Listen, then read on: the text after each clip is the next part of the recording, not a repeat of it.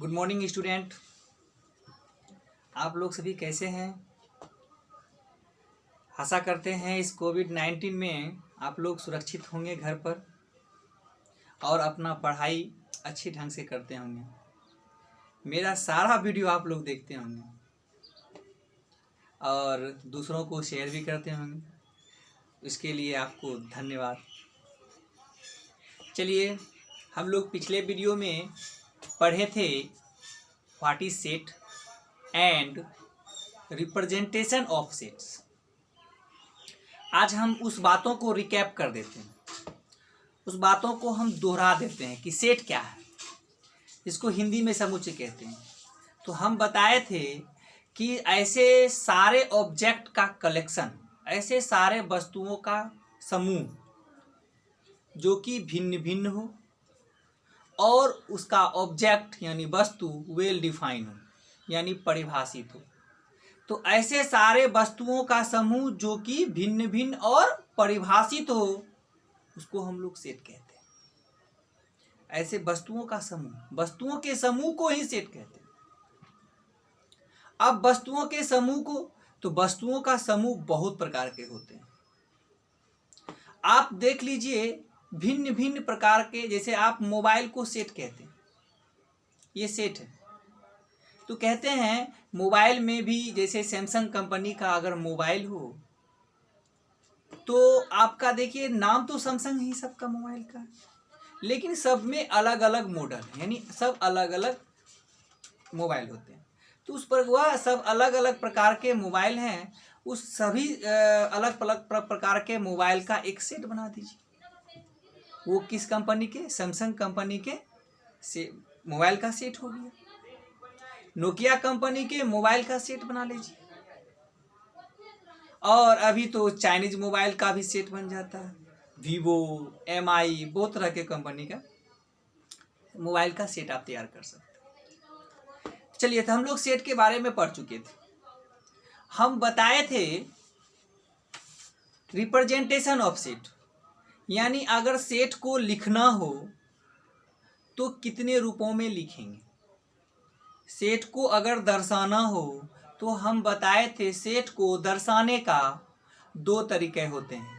एक तरीका होता है रोस्टर या टेबुलर फॉर्म। रोस्टर या टेबुलर फॉर्म, जिसको हम लोग लिस्टेड फॉर्म भी कहते हैं। रोस्टर या टेबुलर फॉर्म या लिस्टेड फॉर्म कहता है जब किसी सेट के एलिमेंट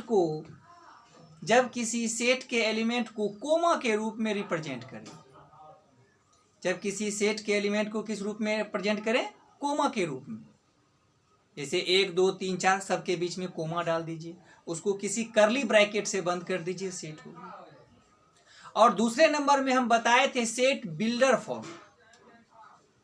जब किसी सेट के एलिमेंट को उसके कॉमन प्रॉपर्टी के अंतर्गत दर्शाया जाता है तो वो आपका सेट बिल्डर फॉर्म कहलाता है। इस पर हम बहुत सारे एग्जाम्पल को पढ़े थे। जो कोई पिछले वीडियो को नहीं देखे हैं, सबसे पहले पीछे वाला वीडियो देखें।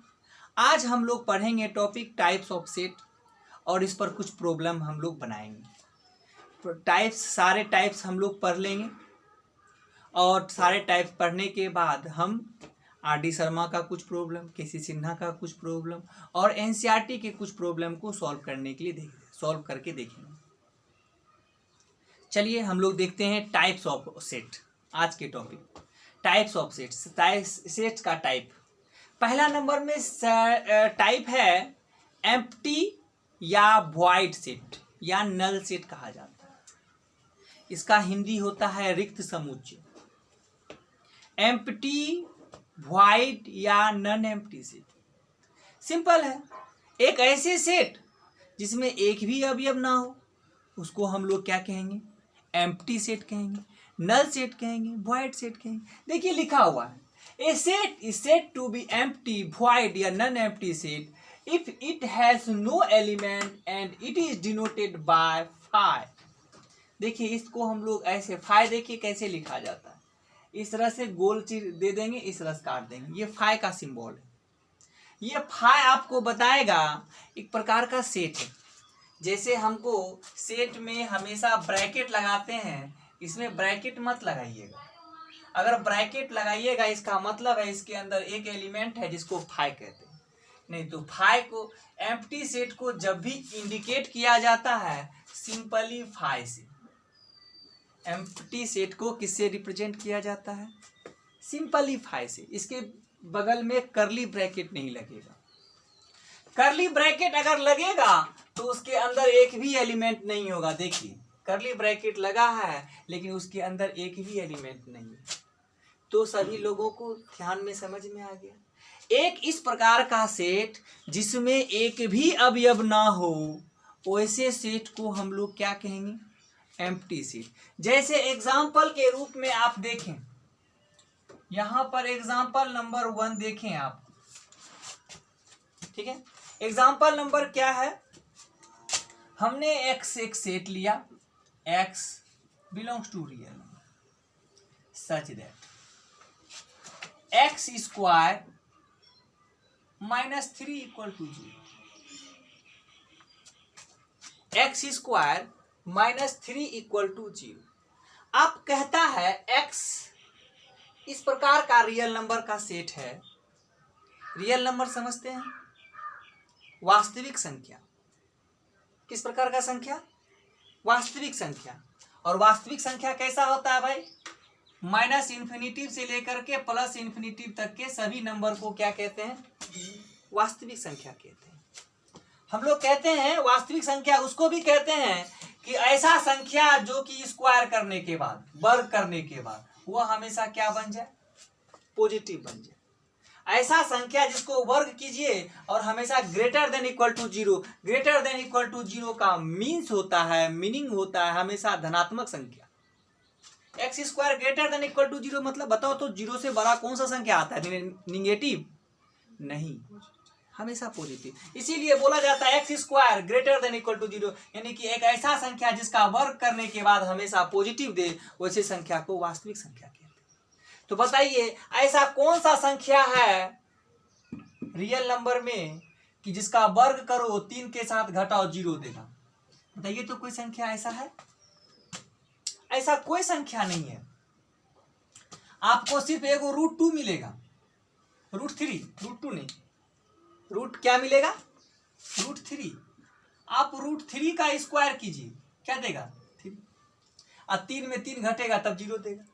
तो ये बताइए क्या √3 आपका वास्तविक संख्या है? हाँ है, वास्तविक संख्या है। कैसे नहीं? वास्तविक संख्या है। √2 को हम लोग क्या कहते हैं? Irrational number. क्या इरेशनल नंबर नहीं है? हाँ, अगर हम इस तरह से कर दें, इसको प्लस कर दें, इसको प्लस कर दें, तब कहेगा कि वास्तविक संख्या में कोई ऐसा नंबर है जिसका रखने के बाद उसका स्क्वायर कीजिए और 3 के साथ जोड़िए तो कभी 0 दे। ऐसा वास्तविक संख्या में कोई नंबर नहीं है। वास्तविक संख्या में ऐसा कोई संख्या नहीं है जिसका वर्ग कीजिए और जो 3 के साथ जोड़िए 0 देगा। बताइए तो कोई वास्तविक संख्या में कोई नंबर है? क्या है? क्योंकि किसी भी वास्तविक संख्या का, अगर वास्तविक संख्या एक्स क्या है? वास्तविक संख्या है ना। किसी वास्तविक संख्या का स्क्वायर करोगे तो क्या देगा?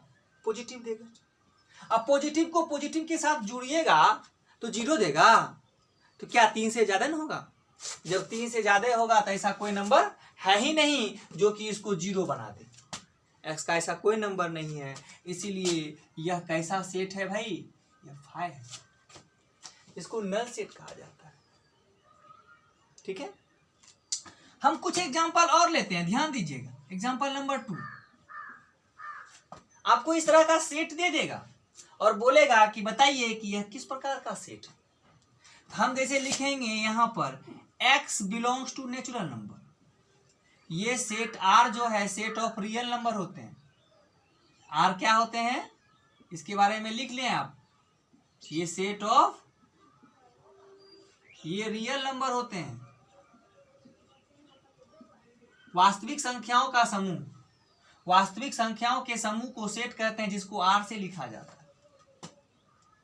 अब यहां पर देखिए ये जो सेट है हम लिखें x belongs to natural number, यानी x एक ऐसा सदस्य है जो कि सिर्फ प्राकृतिक संख्या है। तो कहता है कि x के बारे में कि x जो है यहां पर लिख देगा बट x जो है आपका, x जो है 4 से बड़ा है और 5 से छोटा है। तो बताइए x कहता है प्राकृतिक संख्या है, x क्या है? प्राकृतिक संख्या है, लेकिन वह प्राकृतिक संख्या 4 से बड़ा है और 5 से छोटा है। ऐसा कोई संख्या है? ऐसा कोई संख्या नहीं। तो यह किस प्रकार का सेट है भैया? फाइव। किस प्रकार का सेट है?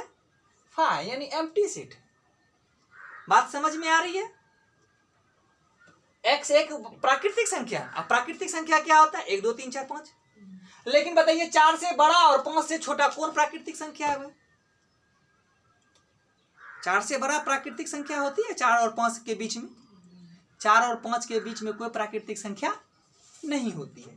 इसीलिए बताइए इसमें x कोई मेंबर होगा? कोई मेंबर नहीं होगा। तो यह फाइव सेट है। हम एग्जाम्पल नंबर 3 लेते हैं। देखिएगा एग्जाम्पल नंबर 3 हमने लिखा x such that x is an even prime number.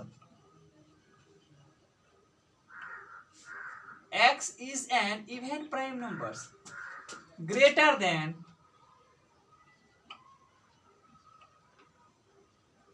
greater than 2.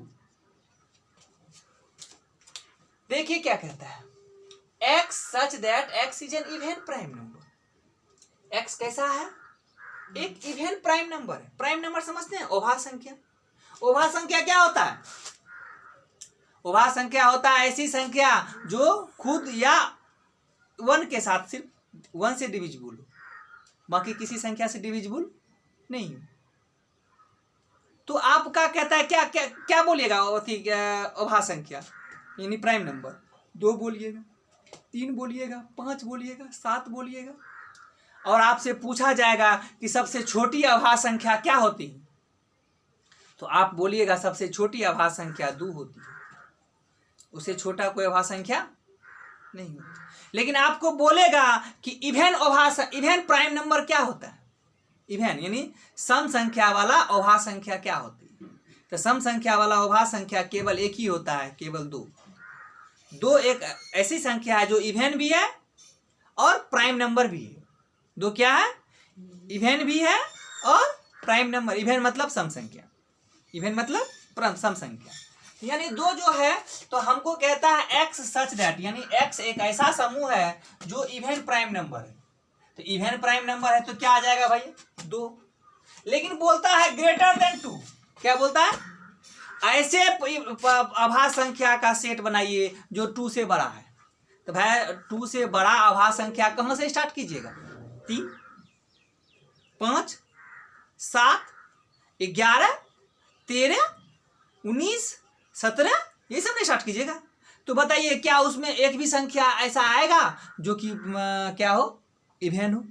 कोई भी संख्या इवन नहीं होगी। इवन मतलब सम संख्या। कोई भी संख्या सम संख्या नहीं होगा। जब कोई भी संख्या सम संख्या नहीं आएगा तो यह किस प्रकार का सेट हो जाएगा? फाइव हो जाएगा। फाइव समझ में आया? एक ऐसा सेट जो कि इसमें एक भी मेंबर ना हो। हम और भी बताते हैं एक example. Even empty set, five set of all children we play 24 hours in a day.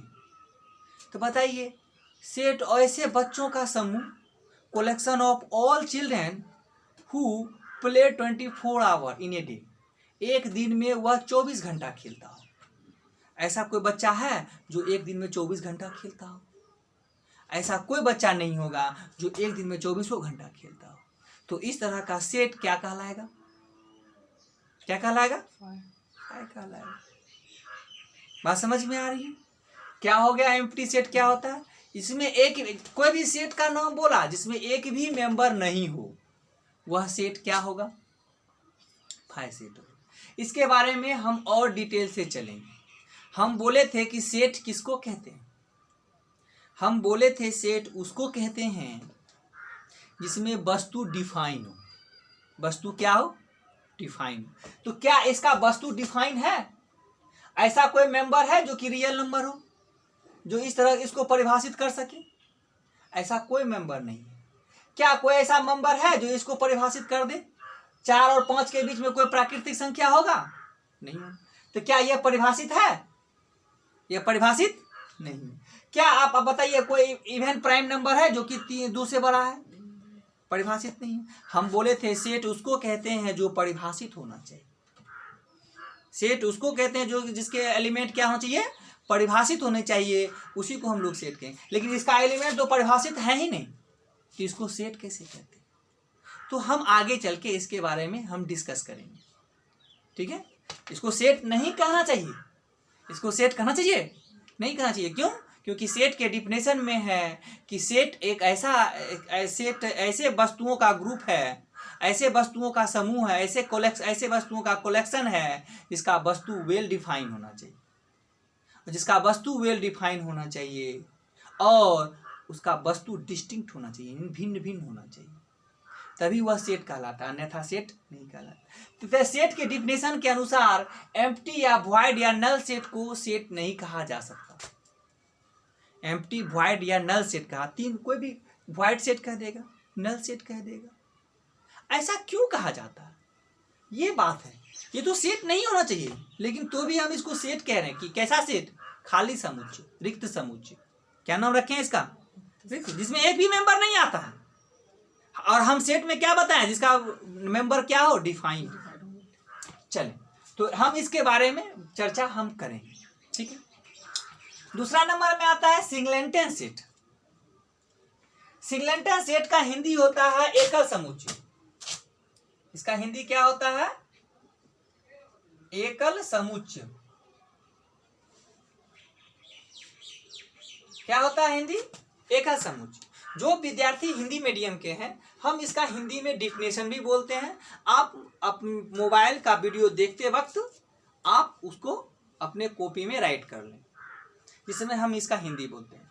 कहता है a set consisting of a single element is called a singleton set. कहता है एक ऐसा सेट जिसमें केवल क्या हो? एक ही मेंबर हो। एक ऐसा सेट जिसमें केवल कितना मेंबर हो? एक ही मेंबर हो, उसको क्या कहते हैं? Singleton set. जैसे एग्जाम्पल के रूप में देखें, एग्जाम्पल के रूप में हम लिखते हैं यहां पर एग्जाम्पल नंबर 1। देखिए क्या लेते हैं, एक सेट लेते हैं x such that x is an even prime number.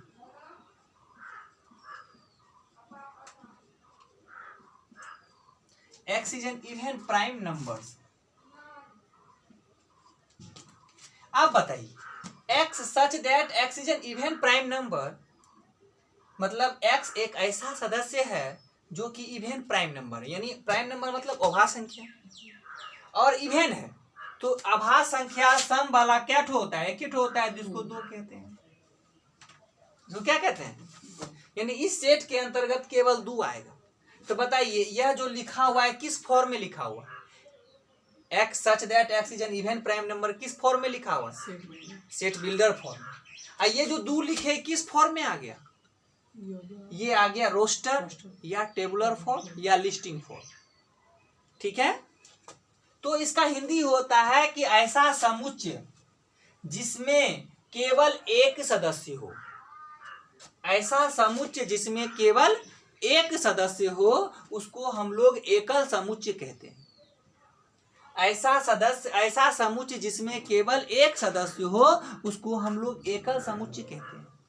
English में लिखा हुआ है x सच दैट, इसको कहा जाता है x एक ऐसा सदस्य है जिसमें कि x एक इवन प्राइम नंबर है, यानी सम अभाज्य संख्याएं हैं। तो सम अभाज्य संख्या केवल क्या होते हैं? 2 होते हैं। चलिए ये एग्जाम्पल नंबर 2 लीजिए। एग्जाम्पल नंबर 2 देखिए, गौर कीजिएगा।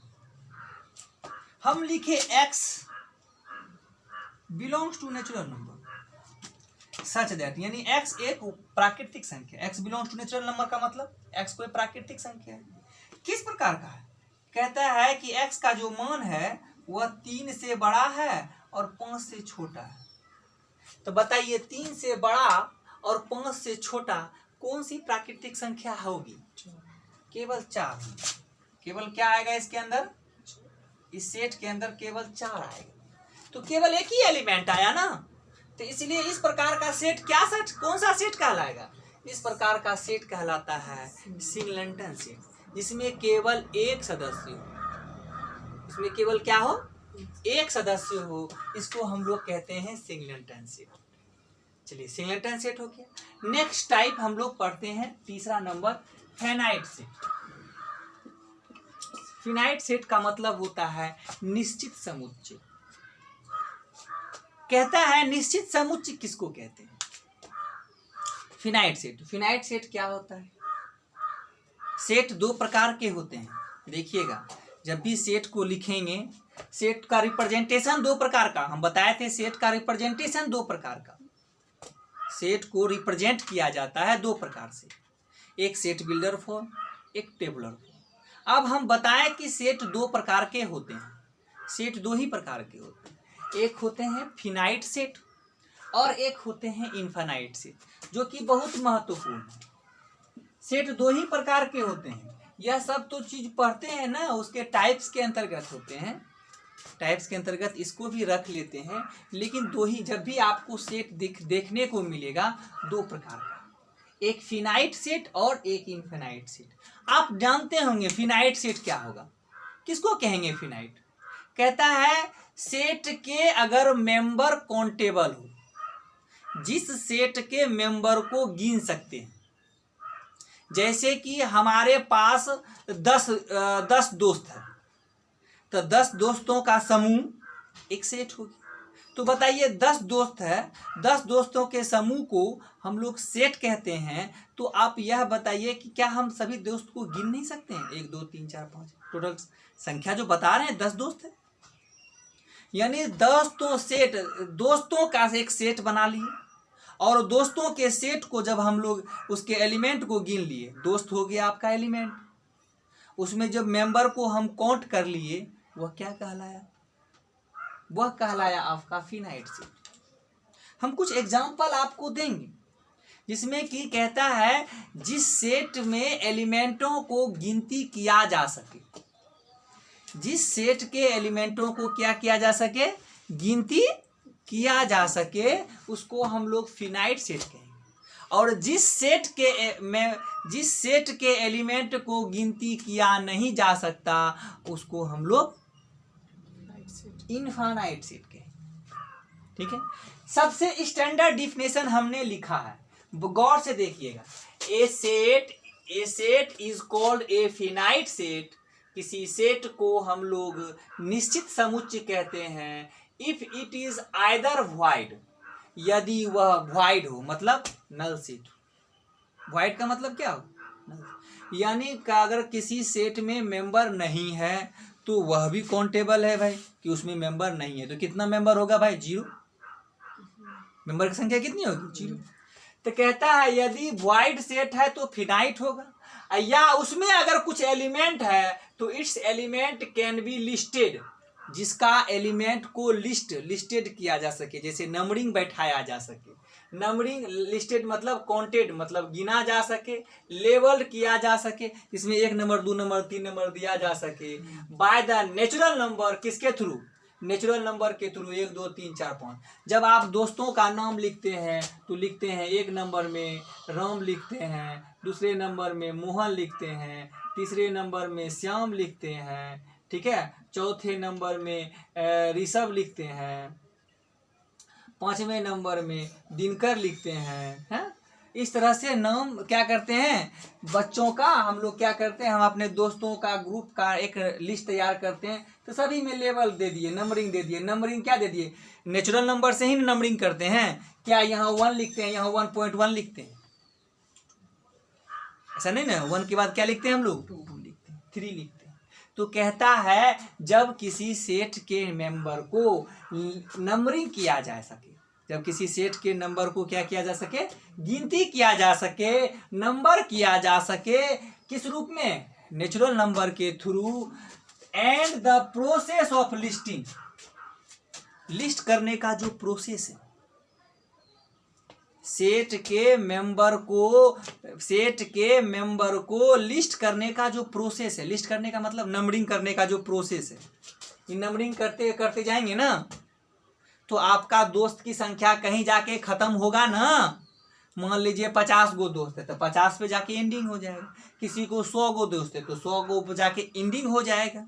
तो कहता है the process of listing terminate मतलब शांत हो जाता है, the process of listing terminate मतलब रुक जाता है at a certain natural number, किसी निश्चित प्राकृतिक संख्या से रुक जाता है, इसीलिए इसको क्या कहा जाता है, फिनाइट सेट कहा जाता है। फिनाइट सेट समझ में आ रहा है? फिनाइट सेट किसको कहते हैं? फिनाइट सेट एक ऐसा सेट होता है जिसके सेट के सदस्यों को गिनती किया जा सके, सेट के सदस्यों को क्या किया जा सके, गिनती किया जा सके, कि 50 गो आपके पास में उस सेट में 50 गो एलिमेंट है, उस सेट में 100 गो वस्तु है, चाहे आपको 50 गो 100 गो दोस्त है या 75 गो दोस्त है, तो जिसका गिनती किया जा सके। तो गिनती जो किया जा सकेगा किसके थ्रू, किसी नेचुरल नंबर के थ्रू गिनती किया जा सके, यानी 100 गो है कि 1000 गो है कि लाख है कि करोड़ है, उसको हम नेचुरल नंबर के थ्रू गिनती कर सकते हैं, इसीलिए उस सेट को हम लोग फिनाइट सेट कहेंगे। अब इनफाइनाइट सेट क्या है, जिसकी गिनती किया नहीं जा सकता, जिसकी गिनती किया नहीं जा सकता उसको हम लोग क्या कहेंगे, इनफाइनाइट सेट कहेंगे। इसकी गिनती हम लोग किसके थ्रू नहीं कर सकते हैं, किसी भी नेचुरल नंबर के थ्रू उसको दर्शा नहीं सकते कि मान लीजिए 50 गो है उस सेट में सदस्य, कि 100 गो है कि लाख है कि करोड़ है कि 1000 है कि कितना है, वह हम दर्शा नहीं सकते। करोड़ है कि 10 करोड़ है कि अरब है कि 10 अरब है, हम उस सेट के एलिमेंट को दर्शा नहीं पाएंगे, 10 अरब खरब तक भी नहीं दर्शा पाएंगे। ठीक है, चाहे आप ब्रिटिश पद्धति अपना लीजिए कि जिसमें कि क्या कहते हैं मिलियन बिलियन ट्रिलियन कहलाता है ना, वह पद्धति भी अपना लीजिएगा तो सेट के मेंबर को काउंट नहीं किया जा सकता होगा किसी भी नेचुरल नंबर के थ्रू, तो वो सेट आपका क्या कहलाएगा, इनफाइनाइट सेट कहलाएगा। जैसे हम लोग कुछ एग्जाम्पल हम लोग इस पर देख लेते हैं, एग्जाम्पल देखते हैं।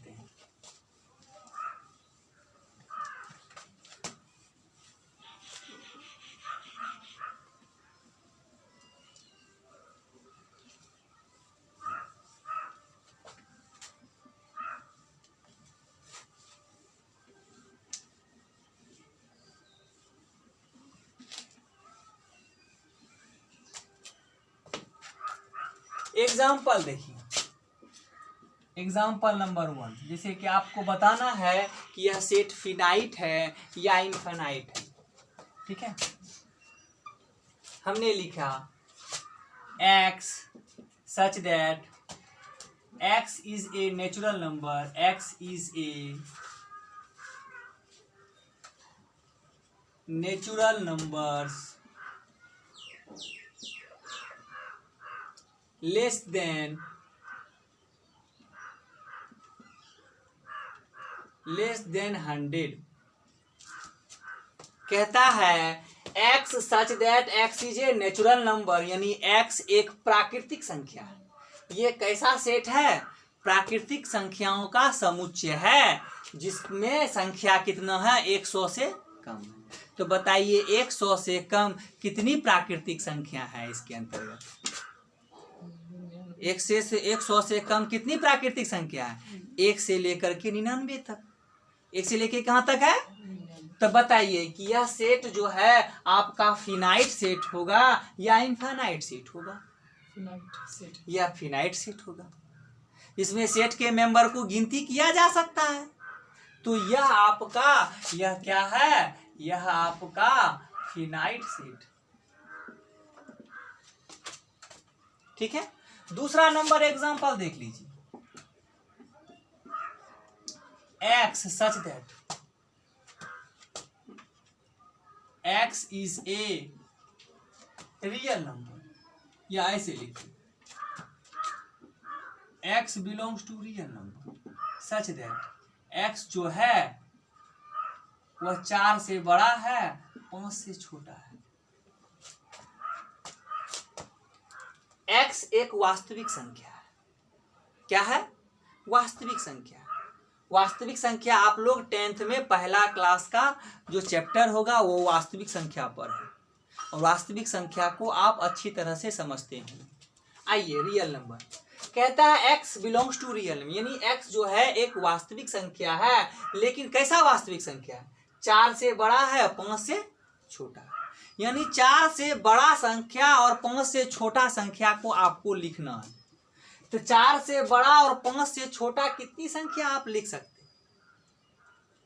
4 से बड़ा और 5 से छोटा कितनी वास्तविक संख्या लिख सकते हैं?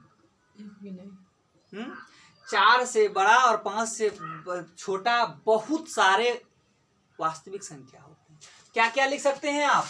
आप लिख सकते हैं 4.1, 4.2, 4.3, 4.4, 4.5, 4.6 ... 4.9 तक। 4 से बड़ा नहीं है क्या? 5 से छोटा नहीं है? ये सब वास्तविक संख्या। आप इसके बीच में भी लिख सकते हैं बहुत सारा संख्या। देखिए कैसे, ये दोनों के बीच में क्या लिख सकते हैं? 4.01,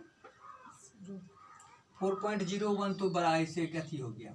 यहाँ पर 4.10, 11, 4.11, 4.12, 4.13, इस तरह करके आप बहुत सारा संख्या इसके बीच में लिख सकते हैं। तो फिर इसके बीच में भी बहुत सारा संख्या लिख सकते हैं। क्या लिख सकते हैं? 4.111, फिर 4.112, इसी तरह बहुत सारा संख्या इसके बीच में भी लिख सकते हैं। तो ये सब वास्तविक संख्या है, सभी वास्तविक संख्या है। आपको पता होगा 1 और 2 के बीच में कितनी वास्तविक संख्या है? तो आप बोलिएगा 1 और 2 के बीच में अनंत वास्तविक संख्या है। किसी भी दो संख्याओं के बीच में अगर वास्तविक संख्या अगर आपसे पूछा जाए कितना होता है, तो किसी भी दो संख्याओं के बीच में वास्तविक संख्याएं अनंत होती है। तो चलिए, वास्तविक संख्या अनंत होती है, तो 4 और 5 के बीच में कितनी वास्तविक संख्या है?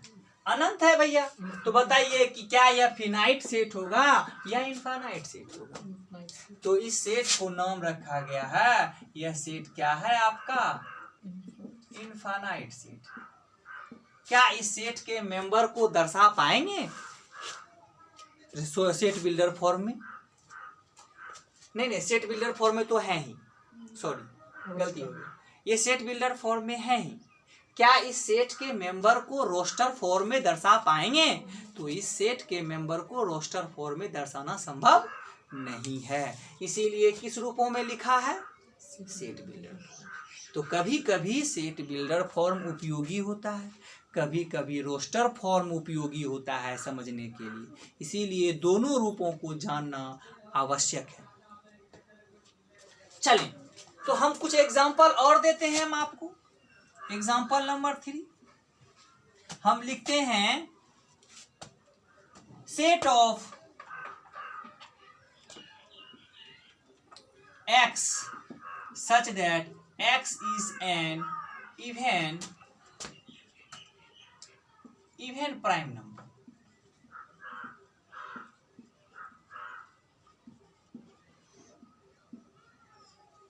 x such that x is an even prime number. तो बताइए यह किस प्रकार का सेट है? फिनाइट सेट है या इनफाइनाइट सेट? Finite set. कैसे? क्योंकि इवन प्राइम नंबर एक ही है, दो। हाँ, इवन प्राइम नंबर केवल एक ही है, इसमें केवल 2 ही आता है, इसीलिए यह क्या है? Finite set. Even prime number क्या होता है? 2 ही ना होता है, केवल 3 तो नहीं होता है इवन प्राइम नंबर, 4 5 नहीं होता है, ठीक है। इसीलिए इवन प्राइम नंबर केवल 2 होता है, इसीलिए यह फिनाइट सेट। हम लिखते हैं एग्जाम्पल नंबर 4। एग्जाम्पल नंबर 4 देखिए, एग्जाम्पल नंबर हम 4 क्या लिखते हैं? Set of all people, set of all people of the world,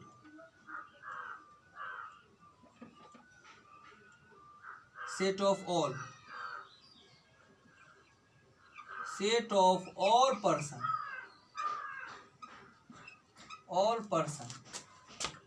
of the world.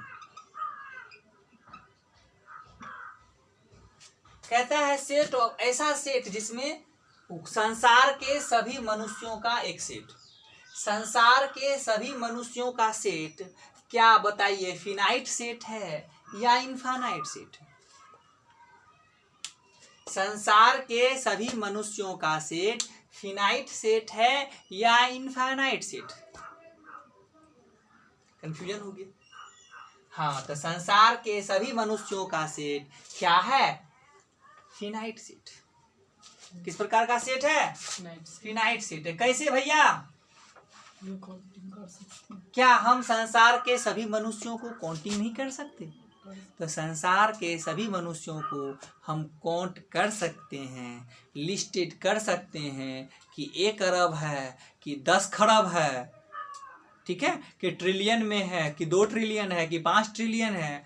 हम उसके सदस्यों को, संसार के सभी मनुष्यों को नेचुरल नंबर के थ्रू काउंट कर सकते हैं, किसी भी नेचुरल नंबर के थ्रू। तो इसीलिए यह सेट क्या हो जाएगा आपका? फिनाइट सेट हो जाएगा, ठीक है। लेकिन अगर आपको कह देगा example number 5, set of natural number,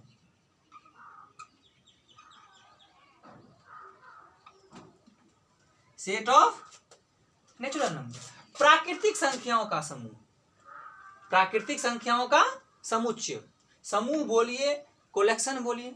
तो क्या प्राकृतिक संख्याओं को गिनती कर पाइएगा?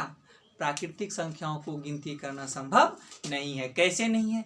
आप बोलते हैं 1 2 3 4 5 6 7 8 9 10 डॉट एन तक जाते। अब एन क्या है आपको फिक्स नहीं, आप गिनती करते रहिए ना, खरब पहुंचा दीजिए, अरब पहुंचा दीजिए, 10 अरब पद्दू पहुंचा दीजिए, लेकिन उसका ट्रिलियन पहुंचा दीजिए। प्राकृतिक संख्याओं का गिनती अंत नहीं है। आप गिनती करते करते थक जाओगे, यह प्राकृतिक संख्याओं का गिनती कर नहीं पाओगे किसी भी। इसीलिए सेट ऑफ नेचुरल नंबर जो है यह किस प्रकार का सेट है? यह सेट है आपका इनफाइनाइट सेट, ठीक है। यह कैसा सेट है? Infinite set. अब एग्जाम्पल नंबर आप देख लीजिए, एग्जाम्पल नंबर हम लोग 6 लिखते हैं। Set of all points, set of all points in a plane,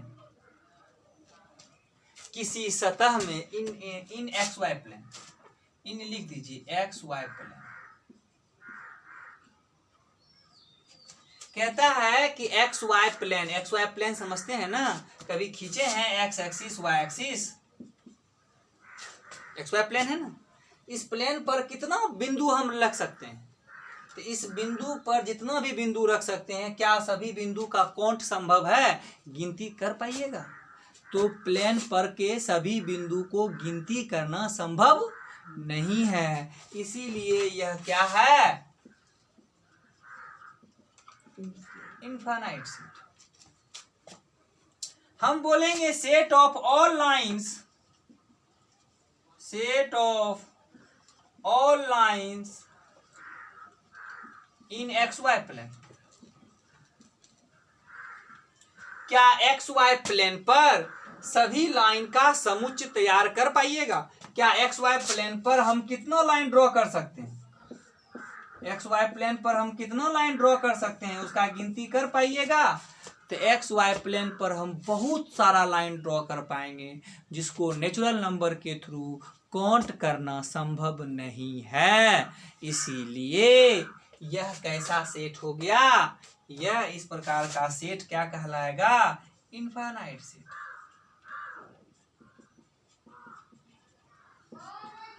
आपको कहेगा क्या इंटीजर का सेट जो है, इंटीजर यानी पूर्णांक संख्याओं का समुच्चय किस प्रकार का सेट है? फिनाइट है या इनफाइनाइट है? तो हम पूर्णांकों का सेट यानी पूर्णांक संख्याओं का समुच्चय का सेट आपको इनफाइनाइट सेट होगा, क्योंकि पूर्णांक संख्या को भी गिनती करना संभव नहीं है, ठीक है, जिस सेट के मेंबर को हम गिनती कर सकें वह सेट फिनाइट होगा, और जिस सेट के मेंबर को गिनती नहीं कर सकें वह सेट क्या होगा, इनफाइनाइट होगा। तो पहले इसको लिख लें, तब हम और पढ़ाते हैं, बताते हैं। ठीक है,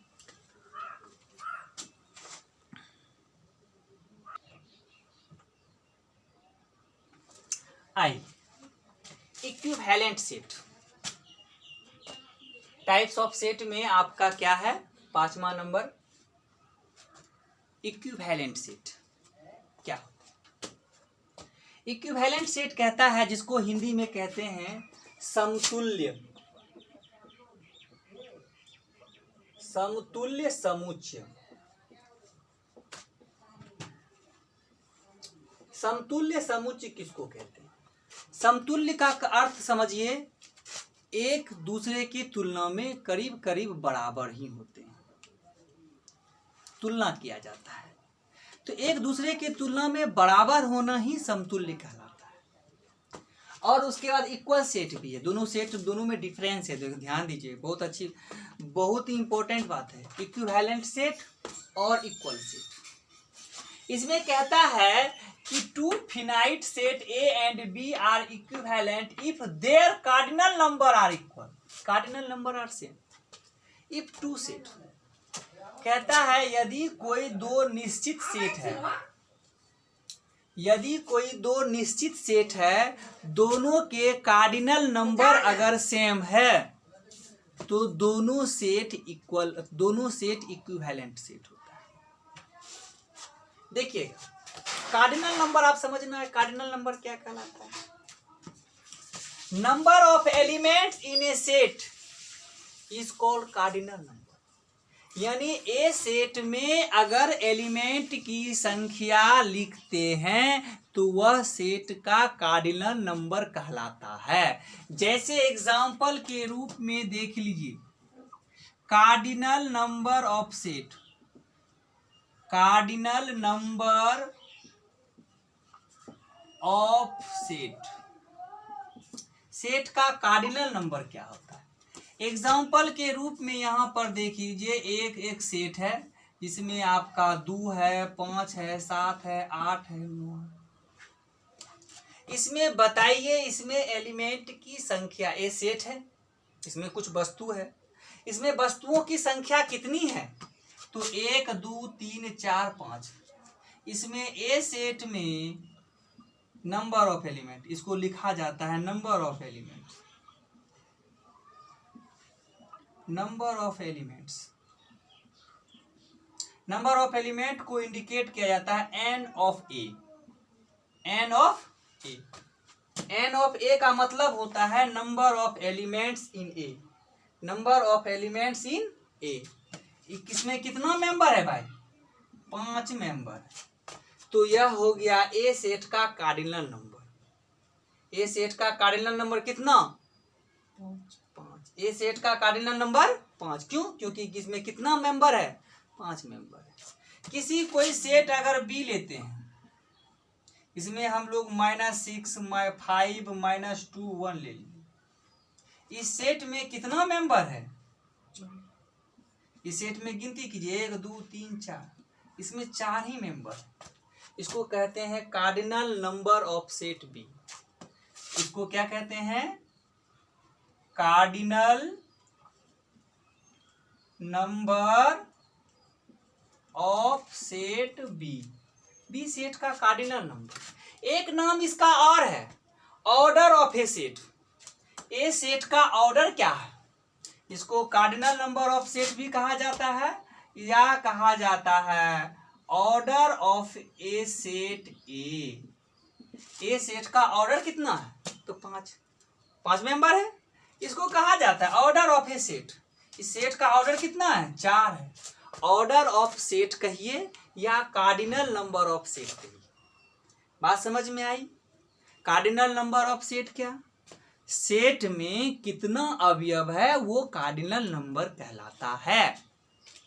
चलिए, तो हमको कहता है यदि कोई दो फिनाइट सेट है, यानी दोनों में कार्डिनल नंबर है, दोनों सेट में कार्डिनल नंबर क्या हो? यदि समान हो। कार्डिनल नंबर आर सेम, यदि दोनों सेट में कार्डिनल नंबर, यानी अर्थात हम लोग लिख सकते हैं ए सेट में कार्डिनल नंबर की संख्या इक्वल टू बी सेट में कार्डिनल नंबर की संख्या अगर बराबर हो तो दोनों सेट क्या कहलाता है?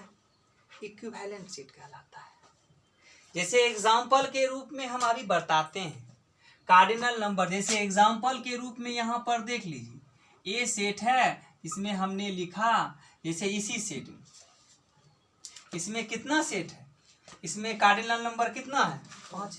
इसमें कार्डिनल नंबर कितना है? क्या दोनों कार्डिनल नंबर दोनों का बराबर है? नहीं, दोनों का कार्डिनल नंबर बराबर नहीं है, तो यह दोनों इक्विवेलेंट सेट नहीं है। दोनों सेट इक्विवेलेंट नहीं है। ए सेट ए और सेट बी इक्विवेलेंट सेट नहीं है। अगर इसमें भी अगर ऐसा दे दे, यहाँ पर एक एलिमेंट दे दिए 0, आप बताइए कार्डिनल नंबर कितना हो गया? अब 5। अब किसमें भी कार्डिनल नंबर 5, इसमें भी कार्डिनल नंबर 5, कार्डिनल नंबर कितना हो गया? 5। इसमें भी कार्डिनल नंबर कितना? तो दोनों में कार्डिनल नंबर सेट ए का और कार्डिनल नंबर सेट बी का क्या है? बराबर है। तो देयरफॉर हम लोग कह सकते हैं ए सेट बी सेट क्या है? इक्विवेलेंट, यानी समतुल्य। समतुल्य का इस तरह का सिंबल होता है, जैसे आप लोग लिखते होंगे सर्वांग सम, सिमिलर, समरूप, सिमिलर, सिमिलर का ना, सिमिलर का सिंबल, समरूप, समरूप त्रिभुज में कहते थे। यहाँ पर हम लोग क्या कहते हैं? इक्विवेलेंट को इस तरह से भी इंडिकेट किया जाता है। यानी ए सेट में देखिए एलिमेंट कुछ है, बी सेट में एलिमेंट कुछ है, दोनों में मेंबर मिल रहा है क्या? दोनों में मेंबर नहीं मिलता है, लेकिन दोनों का कार्डिनल नंबर क्या है? बराबर है, तो वह इक्विवेलेंट सेट कहलाता है। और जब कार्डिनल नंबर इक्वल नहीं है तो वह इक्विवेलेंट सेट नहीं होगा। दूसरा नंबर इक्वल सेट। आइए इक्वल सेट के बारे में, इक्वल सेट के बारे में पढ़ते हैं। इक्वल सेट क्या होता है? इक्वल सेट बहुत ही इंपॉर्टेंट है। ये आपको आपके बुक में बहुत सारे ऐसे क्वेश्चन हैं जो इसी पर तैयार होते हैं, इसलिए इसको गौर से समझना होगा। आवश्यक है आप लोगों के लिए यह सीखना। आइए इक्वल सेट किसको कहते हैं? Two set A and B are equal.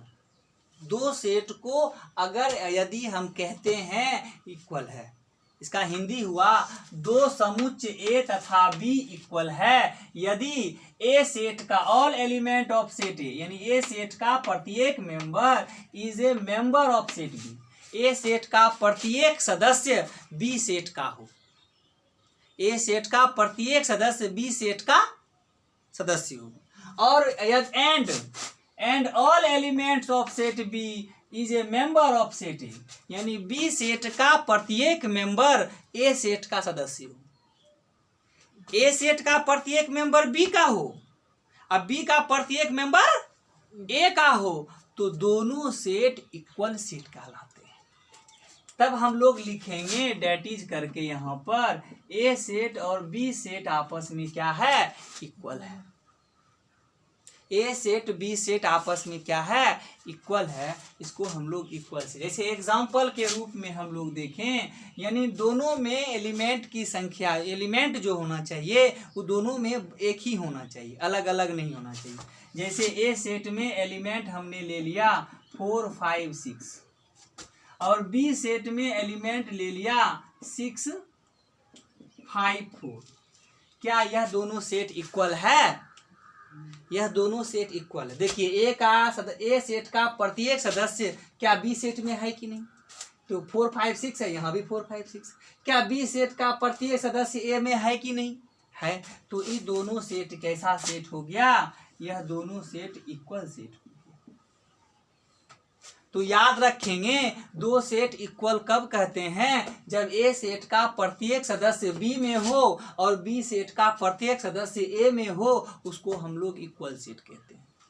ठीक है। जैसे एग्जांपल के रूप में आप और भी ले सकते हैं कि जैसे मान लीजिए कोई बी सेट है, इसमें -1, 0, 1 और 2 है, और यहाँ पर सी सेट है, इसमें -1, 0, 1, 2 और 3 है। तो देखिए बी सेट का प्रत्येक सदस्य सी में है कि नहीं, बी सेट का प्रत्येक सदस्य सी में है, लेकिन सी का प्रत्येक सदस्य ए बी में है नहीं है।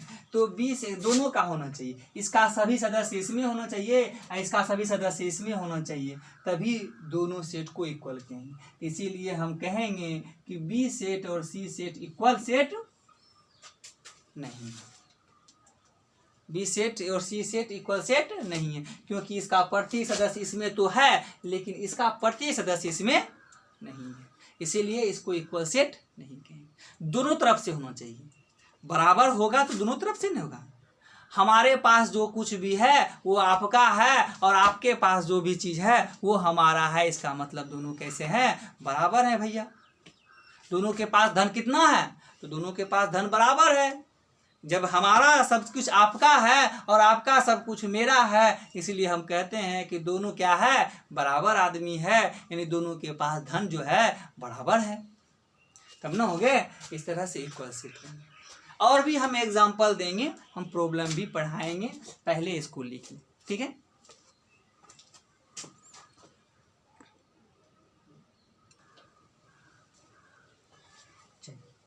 टाइप्स ऑफ सेट में हम लोग पढ़ेंगे दो और भी सबसेट, दो और भी टाइप सेट है, इसको कहते हैं सबसेट, सबसेट, और एक क्या है, यूनिवर्सल सेट। और भी सेट पढ़ेंगे।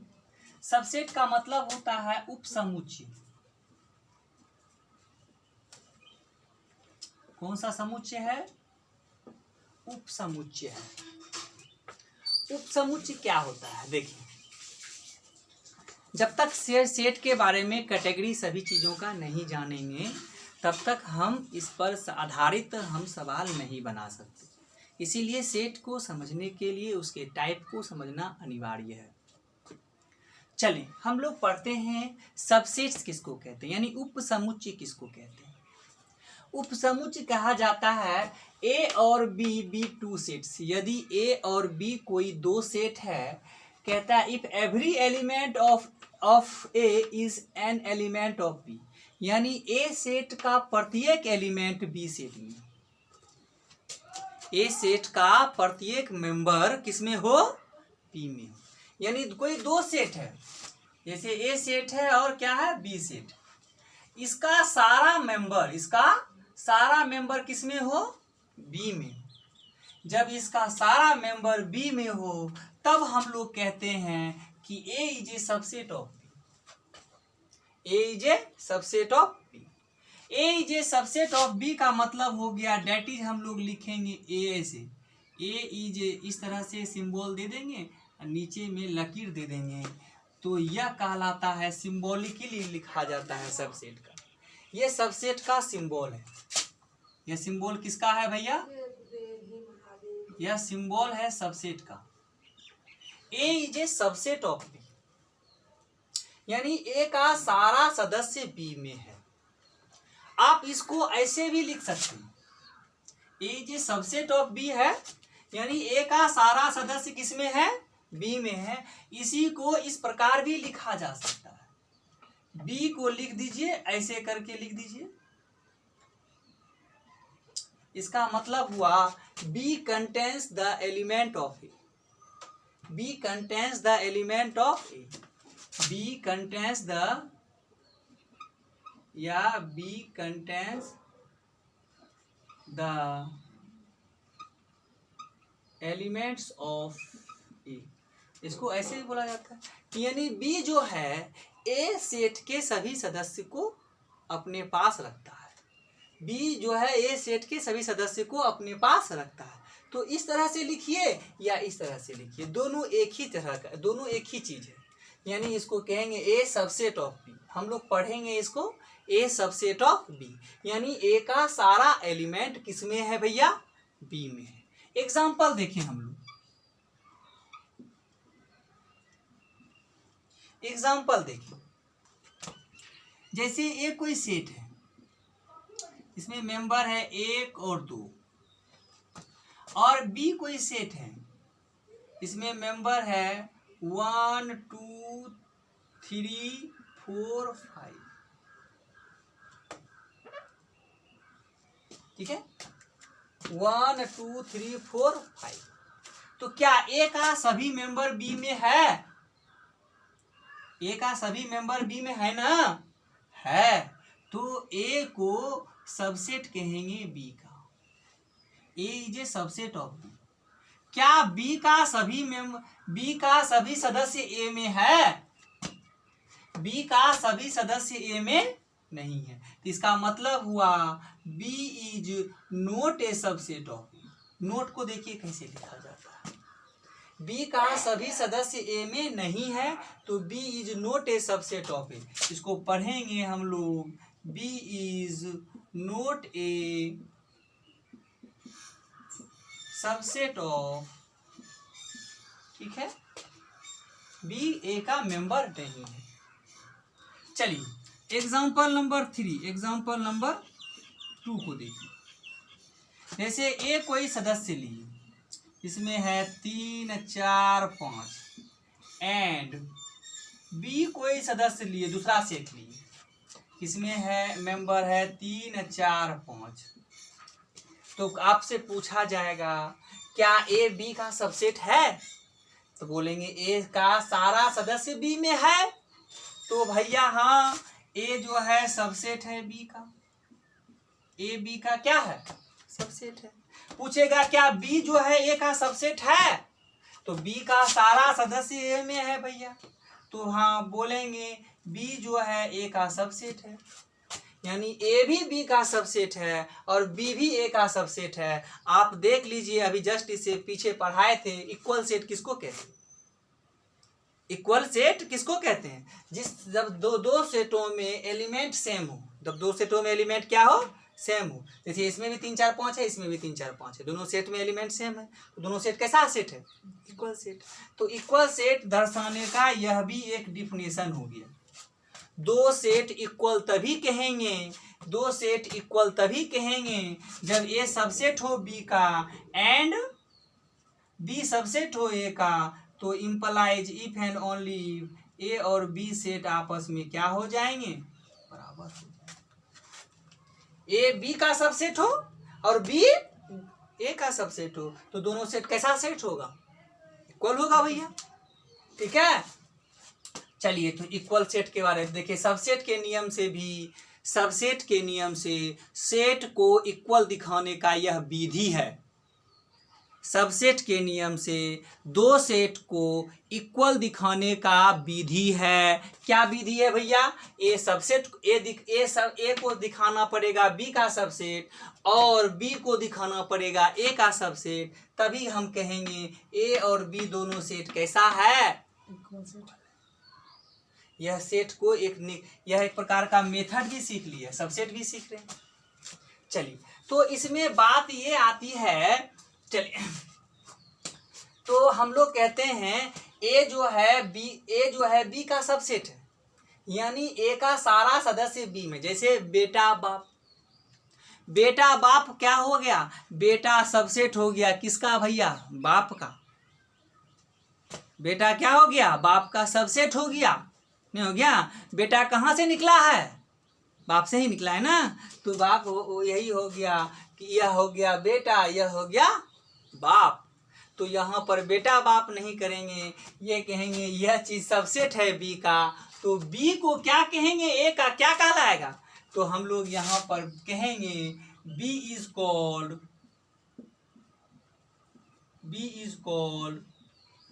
Super set. B is called क्या है?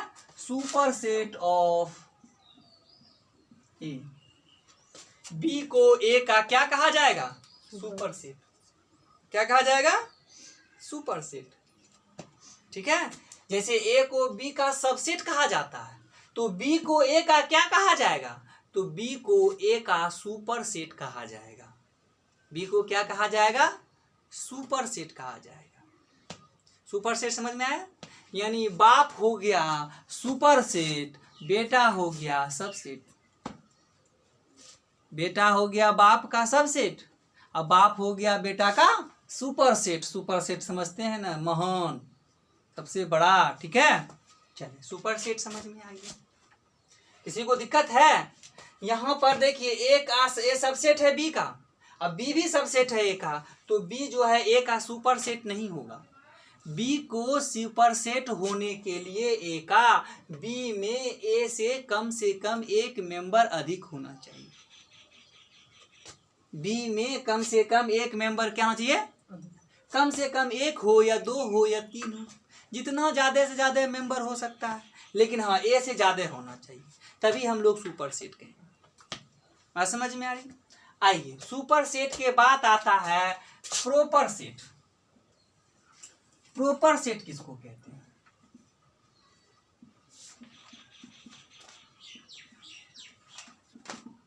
प्रोपर सेट किसको कहते हैं? प्रोपर सेट समझेंगे तो कहता है, देखिए ए में एक सेट है 1 2 3, बी सेट है 1 2 3 4, ठीक है 4 तक नहीं है, तो ए सबसेट है किसका? बी का। ए सबसेट है किसका? बी का। ए सबसेट है बी। सबसेट में देखिए सिंबल पकड़ना पड़ता है, ए सबसेट है बी का, ठीक है, क्योंकि ए का सारा सदस्य बी में है भैया, ए का सारा सदस्य किस में है? बी में। और सुपर क्या कहते हैं? प्रोपर सेट किसको कहा जाता है? Proper sets. कौन सा सेट? Proper set. देखिए प्रोपर सेट कहता है, प्रोपर सेट कहलाता है ए और बी को प्रोपर सेट कहेंगे। ए और बी को क्या कहेंगे? Proper set. प्रोपर सेट में नीचे में डंडी नहीं लिखा जाता। प्रोपर सेट में नीचे में क्या लिखा जाता है? जैसे सबसेट में क्या लिखते हैं? डंडी लिखते हैं नीचे। सबसेट में कहते हैं ए सबसेट है बी का, तो डंडी लिखते हैं इसे नीचे में।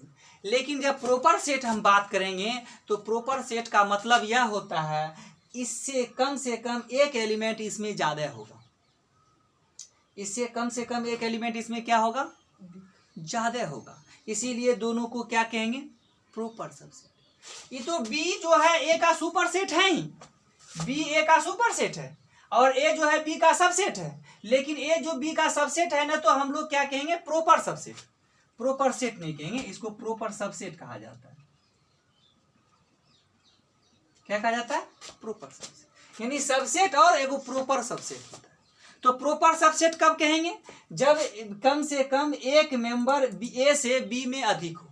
कम से कम एक, देखिए एक मेंबर नहीं, 4 ज्यादा है ना, ए से बी में मेंबर 4 एक अधिक है कि नहीं ए से, तो ये क्या हो गया? ए बी का प्रोपर सबसेट। यहां पर भी देखिए, यहाँ पर 1 2 है, 1 2 3 4 5 है, तो भाई ए से ज्यादा मेंबर है कि नहीं इसमें, तो यह भी ए जो है बी का कौन सा सबसेट हुआ? Proper subset. कौन सा सबसेट हुआ? तो प्रोपर सबसेट में नीचे में डंडा नहीं लिखा जाता है। तो आप सबसेट को हो या प्रोपर सबसेट को कोई फर्क नहीं पड़ता। सबसेट कहिए या प्रोपर सबसेट कहिए, कोई फर्क नहीं पड़ता। फर्क पड़ता है आगे चल के सोचने पर। अगर कहीं लिखा है ए प्रोपर सबसेट बी का, तो इसका मतलब हमारे दिमाग में होना चाहिए कि बी में जो है एलिमेंट की जो संख्या है ए से अधिक है। बी में जो एलिमेंट की संख्या है ए से क्या है? अधिक है, इसीलिए प्रोपर लिखा है। और प्रोपर नहीं लिख करके अगर सबसेट लिख देता तो इसमें कंफ्यूजन वाली बात आ जाती है। कंफ्यूजन वाली बात क्या आ जाती है? हो सकता है इसका सदस्य जो है, इसमें जो सदस्य की संख्या है इसमें सदस्य की संख्या के बराबर हो, या ऐसा भी हो सकता है इसमें जो सदस्य की संख्या है इससे जो है बी में सदस्य की संख्या ज्यादा हो। इसको कहा जाता है या तो सबसेट कहिए या प्रोपर सबसेट कहिए। ठीक है, प्रोपर सबसेट। ठीक है, प्रोपर सबसेट समझ गए हम लोग। Proper subset, super set, subset समझ में आ गया। ठीक है, किसी तरह का दिक्कत हो तो देखिए, प्रोपर सबसेट को नीचे में डंडा लिखा नहीं जाता और सबसेट में नीचे में क्या लिखा जाता है?